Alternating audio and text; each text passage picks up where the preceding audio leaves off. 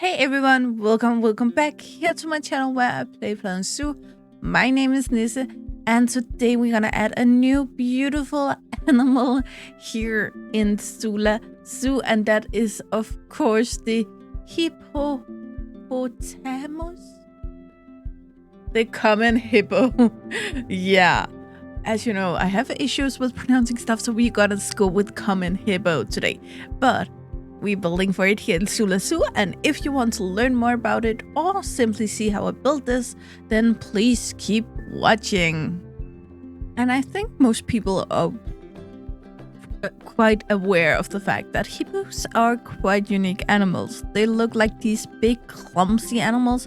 As a kid, I actually thought they were related somehow to elephants because were from Africa. And it's big and clumsy, so it looks like something like that. As I get old, I can clearly see the difference between a hippo and a elephant, but it's just something I find very funny. But this also means that the two hippos we have, the common hippo we are talking about today, and the pygmy hippo, which is the Asian mini version of the hippo, we also have in the game actually. However, they both have the same genus and the same family, Hippopotamidae, the family. But looking at the order, they are bundled in with a lot of animals, and this is the order of Artiodactylae. And I do apologize because I have tried to pronounce this a lot on this channel, because it is of course the order of the even-toed ungulates, which is animals that carry their weight on an even number of toes, which normally would be 2 or 4. It is a really weird definition because, as we have talked about before, it also holds whales in here, but also everything that hoofs, pretty much.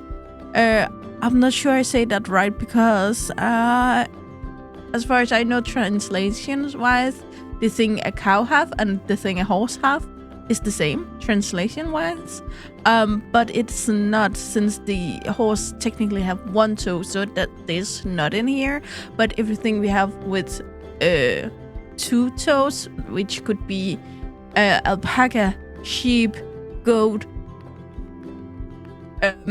cows, and so on, they do belong in here, which means that their closest family besides the pygmy hippo is all the way out in the order, and there's a hell of a lot. I do try to be a little aware of the fact that we have a big habitats in Tzula Zoo. A lot of them are very big, and even if the animals aren't big, we still make the habitats big because that just makes sense, especially over here because we just made for the tree kangaroos next door, and they have the habitat in front, so I wanted something that could have a really big habitat that could go behind that, and they will still have plenty of space to get up close to the guest, even though they could go in behind there, and they should be big so we could see them around the zoo. So I thought that the hippos would of course make ton of sense. They also are one of the biggest animal in there in Planet Zoo, of course, but the flock can also be bigger here, where if you have a big habitat, it's always easier to spot like 7, 8, 10 or something than if you only have 1 or 2 to look for. So that was pretty much the reason why I wanted to build this, but also the fact that I do not think a lot of people are thinking about hippos when they think tropical, since they both are based in the tropical and temperate climate zones. For biomes, they are a little more mismatched. I think a lot of us would think like savanna, grassland, maybe wetlands, scrublands, a few rivers or something like that. But they can actually also go out to the marine areas, the Neretic and coastal area, small lakes, big lakes, all kinds of water basically, swamps and so on. But they can also live places where I don't think you think about them, in the forest and the rainforest. However, they will need a special kind of forest again because they are so big, so some of the vegetation they can just kill. But since they aren't fully aquatic, and again there will normally be more space in water than above water, so they need a certain amount of space in between the trees and such to be able to fully walk around unhindered. I don't think I need to explain to anyone that this specific hippo is from Africa. I think most kids even know that. But more specifically, we talk Angola, Benin, Botswana, Burkina Faso, Burundi, Cameroon, Central African Republic, Chad, Congo, DR Congo, Côte d'Ivoire, Equatorial Guinea, Ethiopia, Gabon, Gambia, Ghana, Guinea-Bissau, Kenya, Malawi, Mali, Mozambique, Namibia, Niger, Nigeria, Rwanda, Senegal, Sierra Leone, Somalia, South Africa, South Sudan, Swaziland, Tanzania, Togo, Uganda, Zambia, and Zimbabwe. I will just clarify that I almost laughed doing these, but it's because I know that I'm pronouncing some of them wrong. But I have tried to re-record, and when I just say something wrong, it will just get worse if I try again and again. So it's what I have to work with. Sorry about that. I think most people know that the common hippo is highly social, since you sometimes actually can see up to between 20 to 100 of them simply just basking in the sun around a little lake or waterhole or something like that. That's not uncommon at all. What I don't think a lot of people know though are that they are nocturnal, which actually are the reason why they are asleep most of the time when you see them. They are not just lazy, they just need that beauty sleep. However, not all of them can be asleep at the same time, especially even though they are these big beastly animals. They are not carnivore, and they are certainly not on the top of the food chain. Therefore, they have this very clear structure in the flock, which isn't just like a hierarchy like some animals have, but it is a literal map of where everyone can be. So in the middle of the group, you will normally have the female and their offspring from like the latest offspring. Then around them, they will have like younger females there, haven't really bred yet, but still worth protecting. And then in the outer circle, you will have the males, which have the responsibility of taking care and protecting the females. Therefore, they need to be alert even through the day, though they will also need to nap, of course, in the meantime. Because they have this firm structure, it is rare that the males and females actually will interact. However, they will need some kind of way to choose who you want to mate with, and the males take care of that. But since they are really heavy on land, and even though they are subaquatic, they aren't easily or anything in water, to be honest. They are still really clumsy and can't even swim. They will need to take some fights to simply figure out who can mate with who. And just to make it a little easier on themselves, they do this in shallow water, so they will not feel as heavy, and they actually can not stand on their hind legs, but they can kind of lift their front body to attack. And of course, they open up their jaws. You have probably seen this on National Geographic or something like that.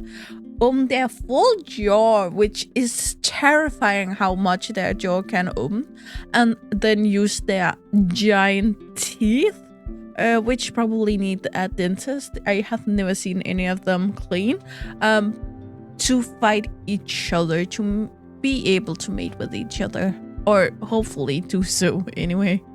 The hippos are polyamorous, and this also means that if the male wins one of these fights, he can not only get lucky with one female, he can actually be lucky enough to be able to mate with a whole group of them. Not all 100 of them, but a big chunk of the flock overall. And this can technically happen all year round. However, it peaks from February to August. Then the females will be pregnant for around 240 days, which means the offspring will get born around October to April, which is just about when the rainy seasons come, and therefore, especially if they are on a drier savanna area, there will be more water. Of course, they can be in, but there will also be a lot more food for the offsprings when they come. The hippos used to have these strong numbers around Africa, pretty much all around. But nowadays these flocks are growing smaller and smaller. The giant 100 individual flocks are rarer and rarer. And not only that, but some places entire flocks of them have disappeared. As I can see, they are not extinct in any individuals areas yet, but it seems like it is going in that direction. The main reasons are the fact that they are hunted. Again, there's a lot of meat on a hippo, so I kind of understand it. And they are losing their habitat and their territories, of course, with that. Their habitats have this unique way that since they are subaquatic, they can't just go out in the open ocean and stay underwater, but neither can they just stay on land if they lose their water. So they need to be in these very specific areas, and they are losing that more and more over time. Nowadays, it seems like the numbers are still okay strong, since some places, like for instance Southern Africa, have 80,000 living individuals, and Eastern Africa have around 70,000, which sounds nice. But looking at countries like, for instance, Malawi, who only have 6,900, and Zimbabwe, that have around 5,000 individuals, it is clear to see that some areas are harder, just have it harder than others. Overall, it seems like the numbers vary for 125,000 to 148,000 individuals. Again, depending on babies and such, and death, of course. But again, all of these numbers are roughly estimated. This leaves the common hippo as a vulnerable animal according to the IUCN Red List. They are not too endangered yet, but we really need to be aware of it so we don't hurt them any more than we have to. Anyway, guys, enjoy what's left of the cinematics, and as always, I will come back afterwards.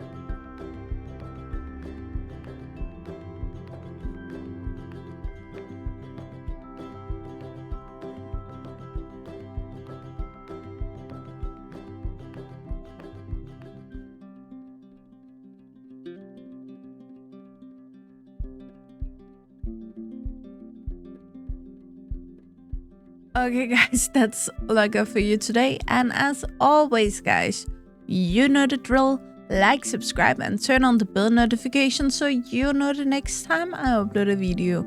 I really hope to see you again, either in the comments below or in the next video. Bye guys!